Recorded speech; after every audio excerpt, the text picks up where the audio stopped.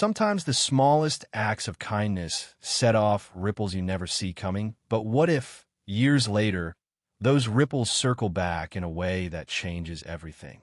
Ever wondered if a word or gesture you barely remember could mean the world to someone else, even save a life? What would you do if you discovered a total stranger remembered you for something you'd forgotten yourself and now held your future in their hands? If stories about fate, lost connections, and the quiet power of kindness get under your skin, well, settle in, because what I'm about to tell you just might change how you look at everyone you meet. If you're new here, do yourself a favor, like this video and subscribe, because this story, trust me, it's not just another office drama.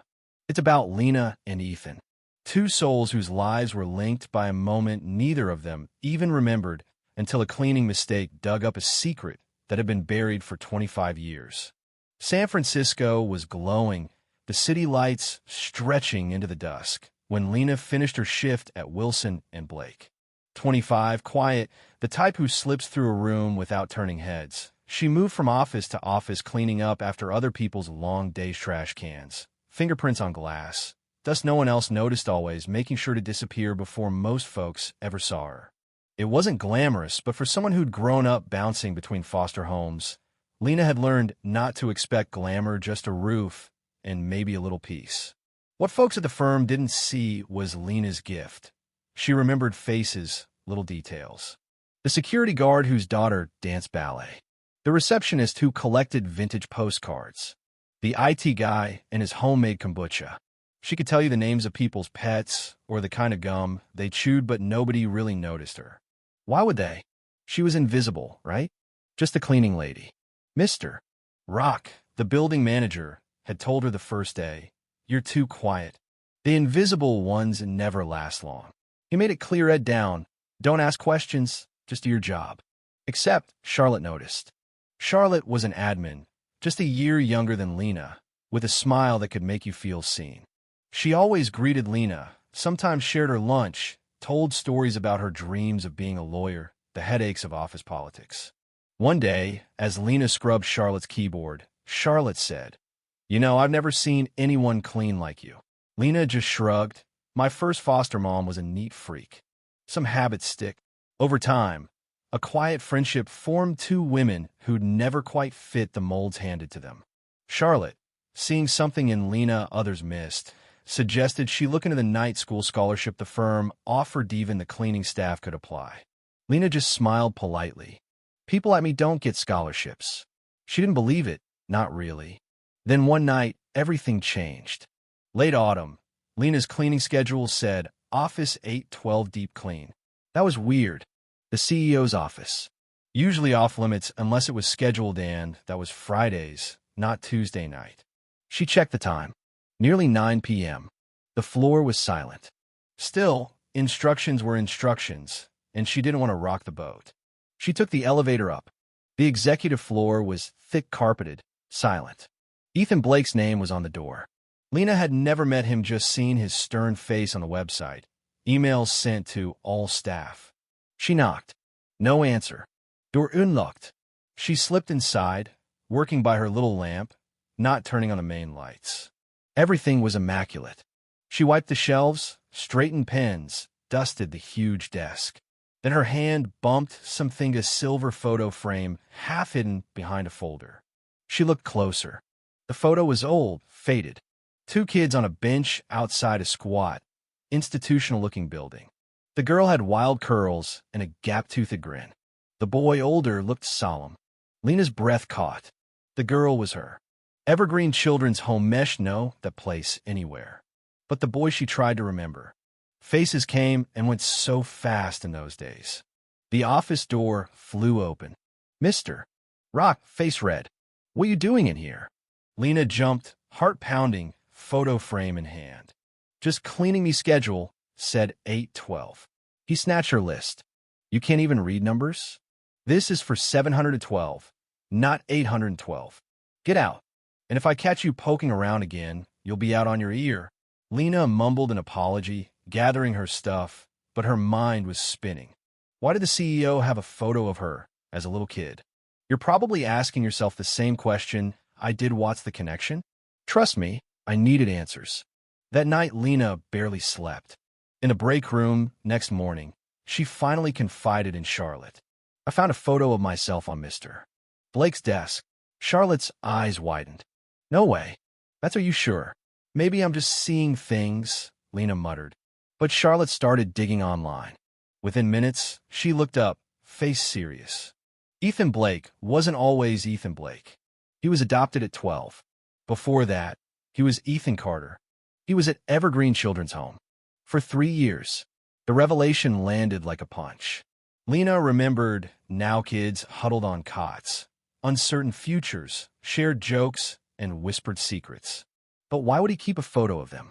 Over the next week, Lena noticed her cleaning schedule changed. She was moved to the main floors, with better hours, higher pay. Then came a letter. She now had health insurance, something only full-time staff got. Someone's looking out for you, Charlotte grinned. And I think we both know who. Lena shook her head. Ethan Blake had never so much as spoken to her. What she didn't know was that after their first accidental meeting, Ethan had recognized her name, her history, a memory long buried. Alone in his office, looking at the old photo and a childish drawing, he called HR and said, "Transfer Lena Hope, full benefits." When they asked why, he said simply, "Because she saved my life, though she probably doesn't remember." Of course, this didn't sit well with Mr. Rock. He cornered Lena, accusing her of, well, you know, people like you don't just get special treatment. He hinted she was cozying up to the boss. Lena snapped back, "Maybe you don't know everything." Word spread. Some staff kept their distance, others gossiped. Only Charlotte had her back. When Mr. Rock tried to build a case against Lena documenting every tiny slip, Charlotte stepped up, reporting his harassment. The HR director listened, uncomfortable. "These are serious allegations. I'll bring this to Mr. Blake." Mr. Rock sneered. "Let's see what he has to say about his little cleaning lady."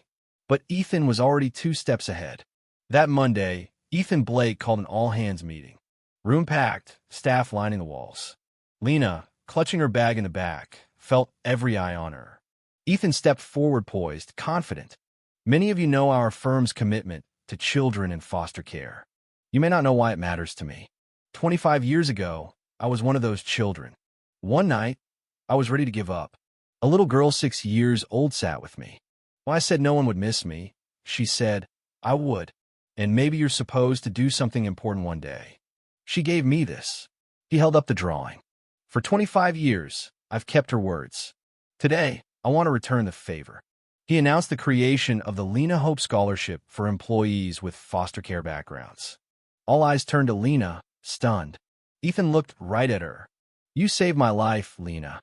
Now, I want to help you become who you were always meant to be." The memory washed over her, crying on the rooftop, a little girl's voice, a sun drawn in crayon. The applause was thunderous. Even Mr. Rock looked humbled. Charlotte squeezed Lena's hand, whispering, "See, you were never invisible." After that day, the firm changed. Lena became the first scholarship recipient, started night classes. Even Mr. Rock apologized, awkward but sincere, admitting he'd forgotten people were. The atmosphere around the firm shifted, stories shared, kindnesses remembered, a mentorship program blossomed. 6 months later, Lena was offered a role running the Hope Initiative scholarships, mentorships, outreach, working directly with Ethan. On her first day, she found a framed photo on her desk, the 2 kids on the bench. A note from Ethan, "No one is invisible. Sometimes we just need a look." And the story didn't stop there. At the first annual Hope Gala, a young man approached Lena, tears in his eyes. "I heard about you and Mr. Blake. It made me believe maybe I'm meant to be here, too." Ethan, standing beside her, murmured, "Another ripple. And who knows how far it'll go." As Lena left the event that night, she saw Mr. Rock holding the door for a new cleaning staffer, explaining things with a rare smile. Lena nodded, realizing change doesn't just come in grand gestures, but in those little moments of human connection.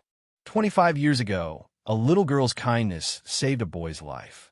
Now that boy, now a man, had changed hers, and together, they were making sure no one else felt invisible. Because sometimes the light you offer in someone's darkness circles back when you need it most. No one is truly invisible, not if we choose to see each other. So let me ask you, who would you be today if not for a stranger's kindness? And who out there, right now, might be waiting for you to see them? Share your thoughts below. Let's talk about kindness, justice, and what it means to really be seen. And if this story moved you, hit subscribe for more stories that just might change how you see the world.